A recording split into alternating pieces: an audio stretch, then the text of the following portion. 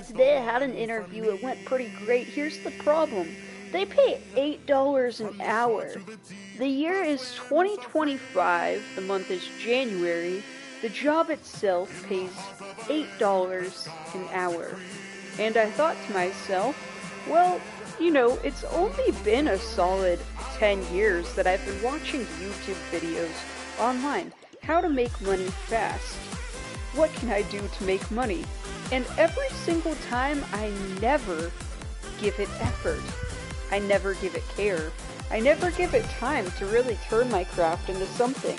For example, once I wrote an entire poetry anthology, and it was pretty solid. I mean, it was designated for the queer community, and it was all about embracing your authentic self amidst fear. I released the poetry book for $15. My roommate and one of my best friends and my aunt bought it. 3 copies sold in the first 24 hours. Hey, that's not bad at all. Then, it's not that I got nervous or anything, it's just that I've had a very, traumatizing life, and the freedom of expressing, my sexuality like that, I guess it set off something within my nervous system, because I vomited for 12 hours straight.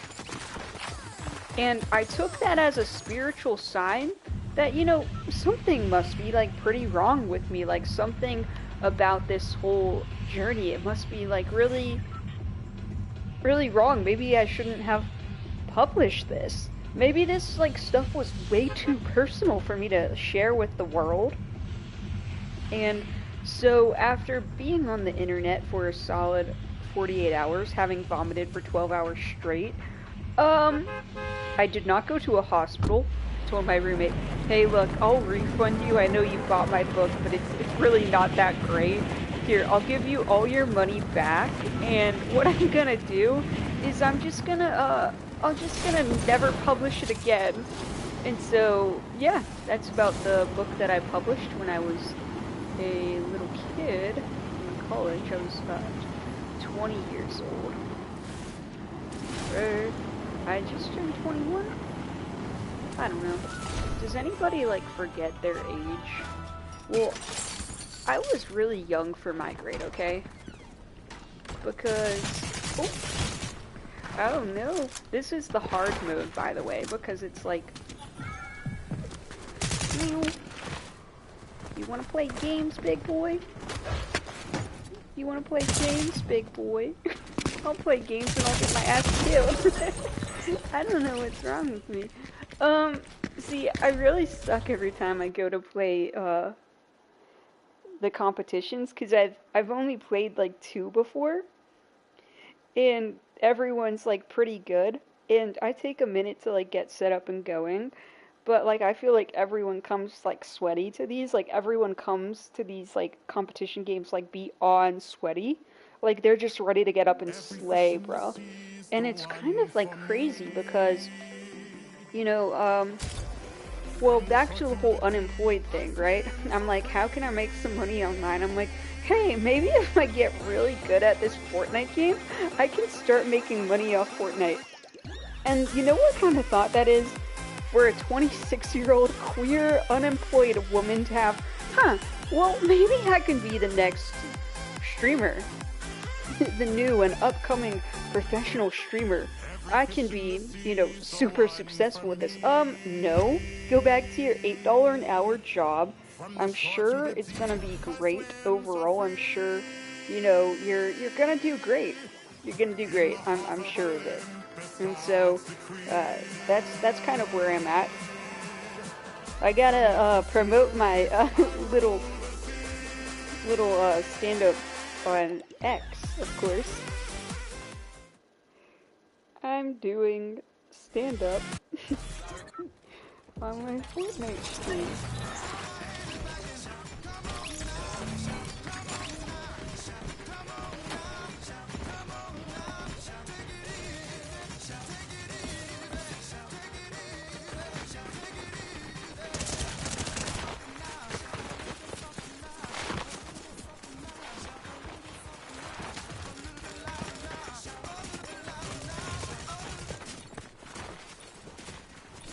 So yeah, I've started to earn money in this realm, Not at all, because I'm ass. Um,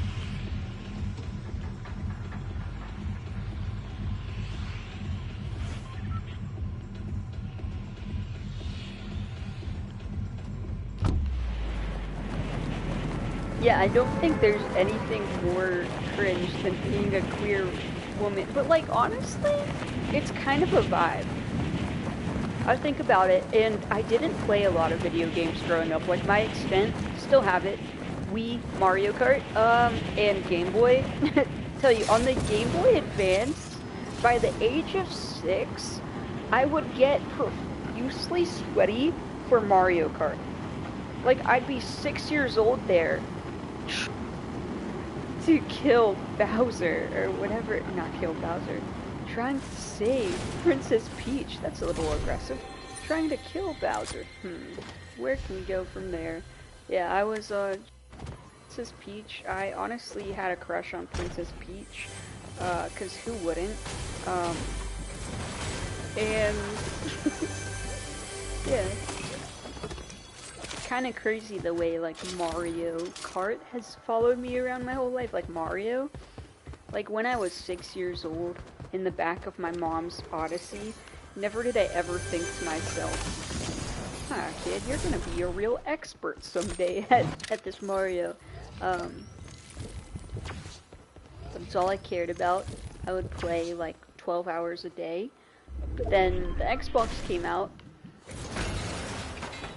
Where I don't know when the Xbox came out. It was out eventually, I guess. And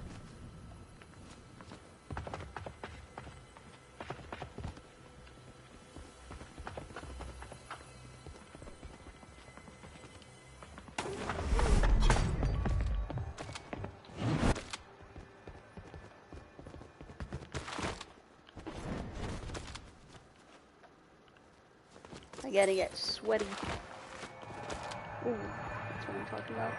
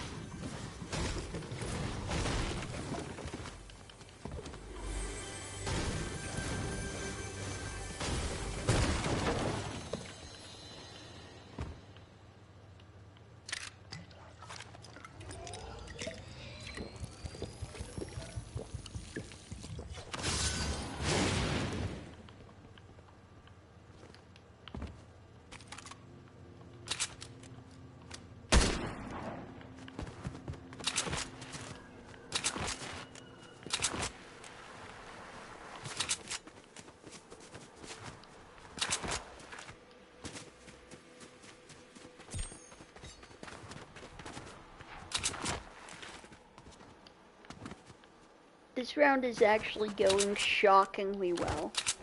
So, I don't know what the point of this is.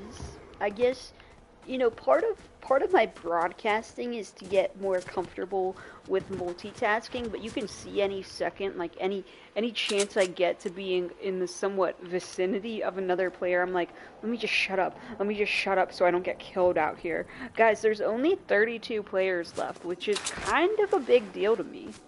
I mean, 32 players? I could change the world out here. Out here. Did you hear that? I mean, I'm shocked that I like got my first kill out here. It's a pretty successful time for me, I'd say overall.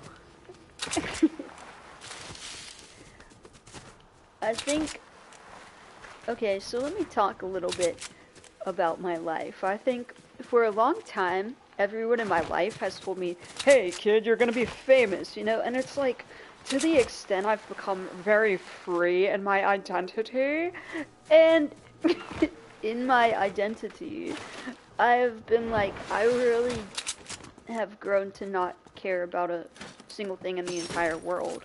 Like, because my entire life, get this, like, I'm trying to make friends, trying to, like, be cool, and, like, the whole time, I'm, like, secretly getting, like, bullied by my dad extremely bad behind, like, closed doors.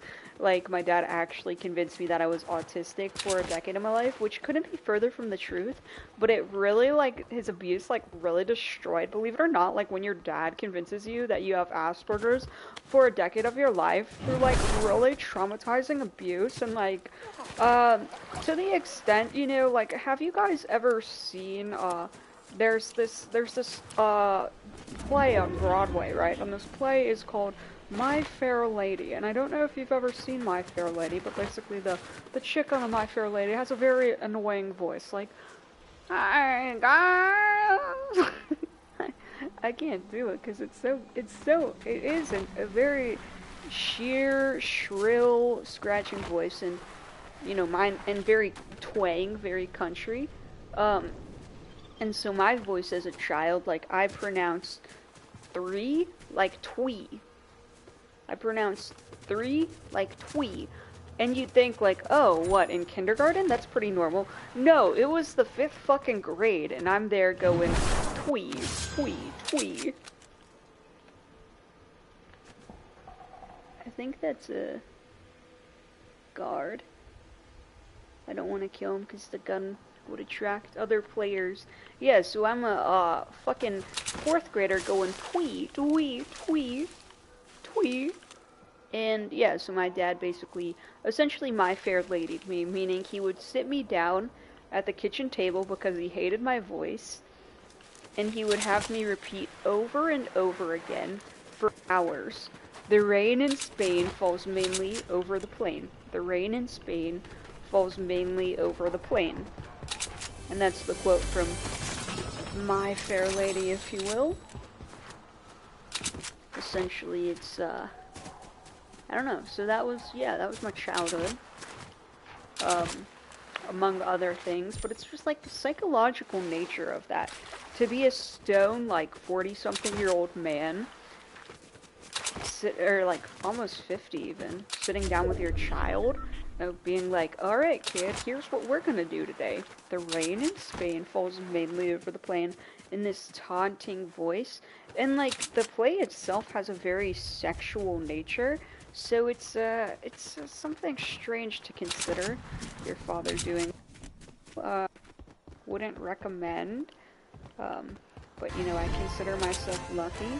I've made it out of the darkness. I'm starting new beginnings for myself. I decided. I'm starting fresh. So anyways, back to the whole, yeah, for my entire life, people have convinced me, kid, be famous.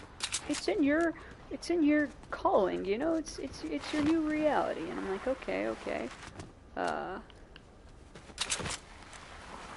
Hang on. There's a person. We gotta be careful, y'all. I don't think they're that close. yeah, so whole life people were like, Nat, you're gonna be famous. And I think I just embedded that in my personality because it just went on for so long. And I was this kid that was getting abused and like never opened up about it because it was by my dad. And a lot of people in my life that I tried to tell about it like shut it down immediately pretty much. And so it was this kind of like weird barrier between myself and the rest of the world around me where, you know, it's not something I was comfortable talking about for a very long time, and something that did shape my entire life really deeply. Uh, so yeah, all of that to say, guys, now I'm a 26-year-old unemployed Fortnite streamer who can't make money. But guys, I might get a battle royale here tonight. If I can get close.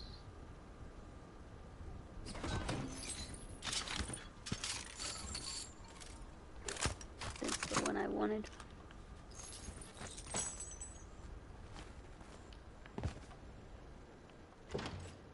Just here looking for any people.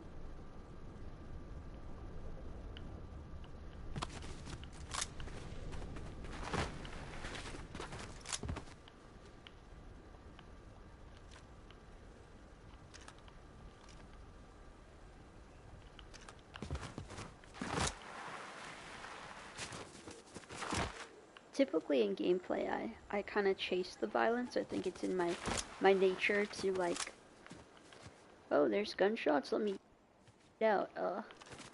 That's what I felt when I was driving for DoorDash in Winston-Salem, North Carolina.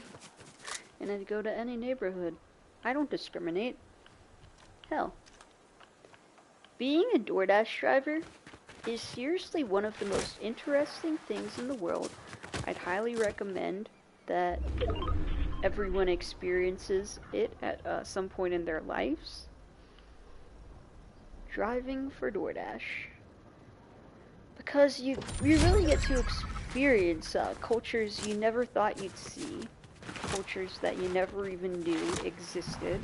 And it's very interesting.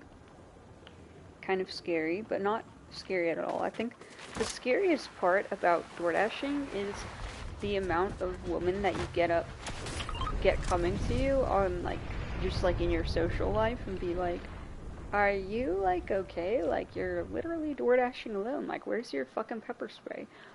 I did not carry pepper spray with me for like the first year. Then my roommate told me that I was a dumbass and gave me hers. But guys, I think I have like the brain of a straight white man. Where, not in that way. Ooh. Oof, guys, I have the brain of a straight white man. I don't think that's gonna go well in today's climate and economy. Oof. I just felt myself get canceled in like 4 different languages. No, I have the ignorant, not the ignorant, that's gonna make, I have the ignorance of straight white man. No, that's gonna make it even worse. Have the, I feel like I don't know how to protect myself as a woman because I feel like a masculine woman, and so like my energy that I emit in like social situations is always very much like that of like a straight white male stoner. But like I don't smoke weed anymore. It's just that kind of like I don't give a fuck about anything. I never understand what's happening. I just kind of exist, and I'm kind of here right now, and I'm kind of really hoping for the best. But you know, usually things don't work out the way I planned. That's okay. That's fine. But I think I need. See that? I think that's something up there. But we must keep going. Because sure enough, it's gonna get closed in even tighter pretty soon. And we're gonna need to be at the center of it.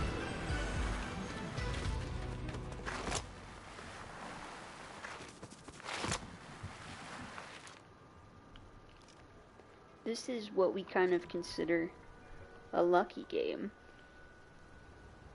Where we don't make necessarily all the right moves, but we somehow make it 10th. And 10th isn't that bad. Not bad at all.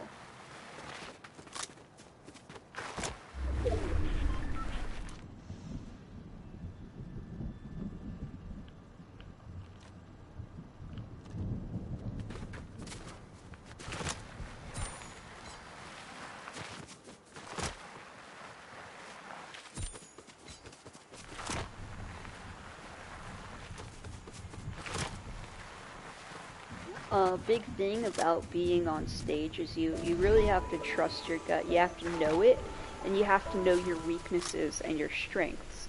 And so one of my biggest weaknesses in this game is going to definitely be aim and concentration. One of my best traits for this game is I'm very good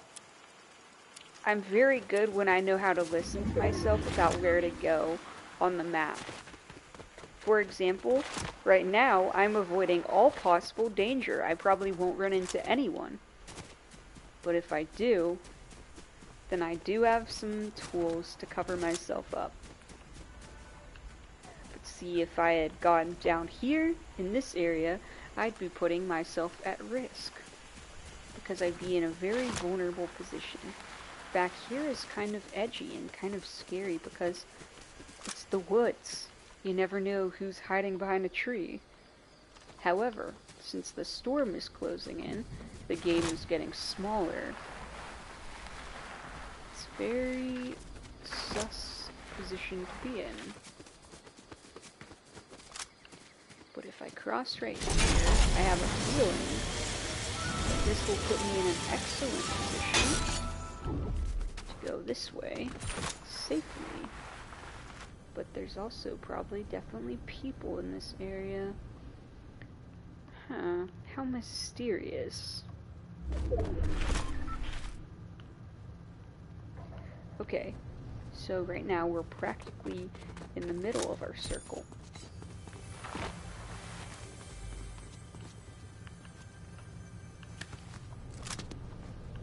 We want to be down here.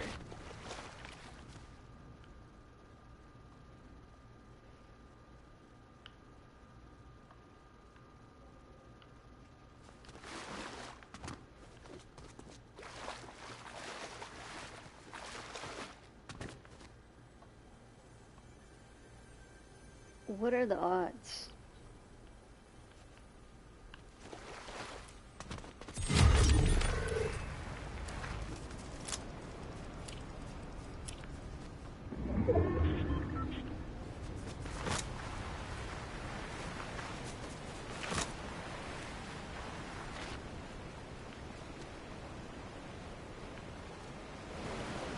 This is probably a pretty excellent hiding spot to be in as the storm gets smaller. I like how this is not stand up at all. I'm just kind of chilling. Hey, hey, hey. Oops, I did it again. I made you believe.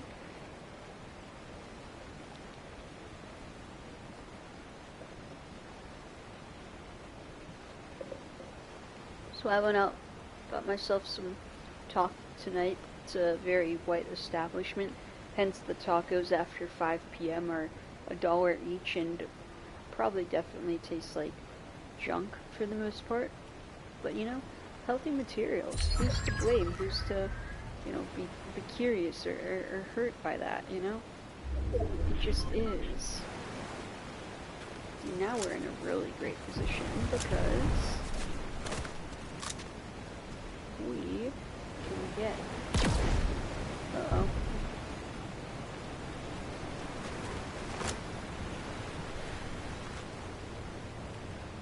I see them. They're up top. They're about to go over on the zipline, perhaps? Or they're just hiding behind that tree. Either way, we're avoiding all possible danger there.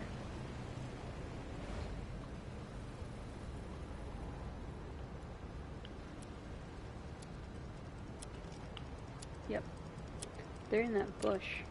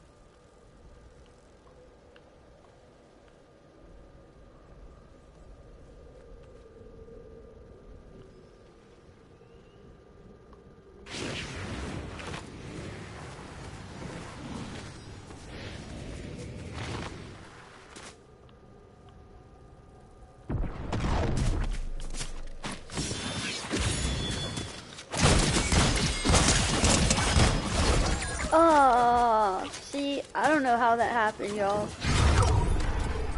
All I know is I did really terrible that round and didn't have gotten any points. But for some reason I got 49 points. Let's see where we're at in our standing.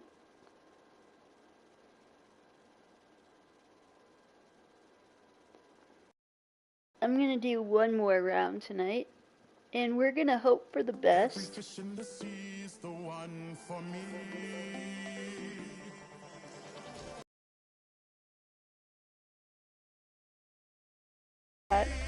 So this is me.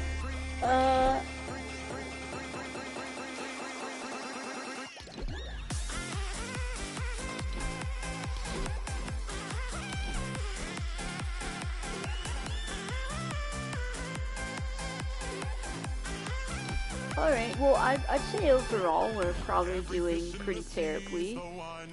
I bet good would be like 3 battle royales and a lot of KOs. I don't know why I'm like this, y'all.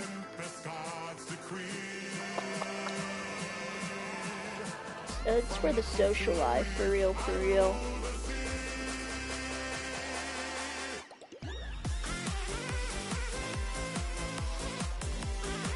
Oh yeah, but my tacos. I had some espresso at home, and I had like started the.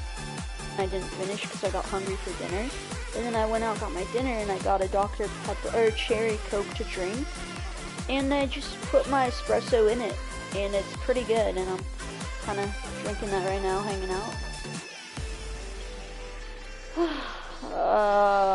But I'm lame. I'm a loser. I need to get better at being an entertainer, guys. I need to make my life entertaining in all aspects, and I'm at this live now and just play alone because I don't care. I'm gonna go off.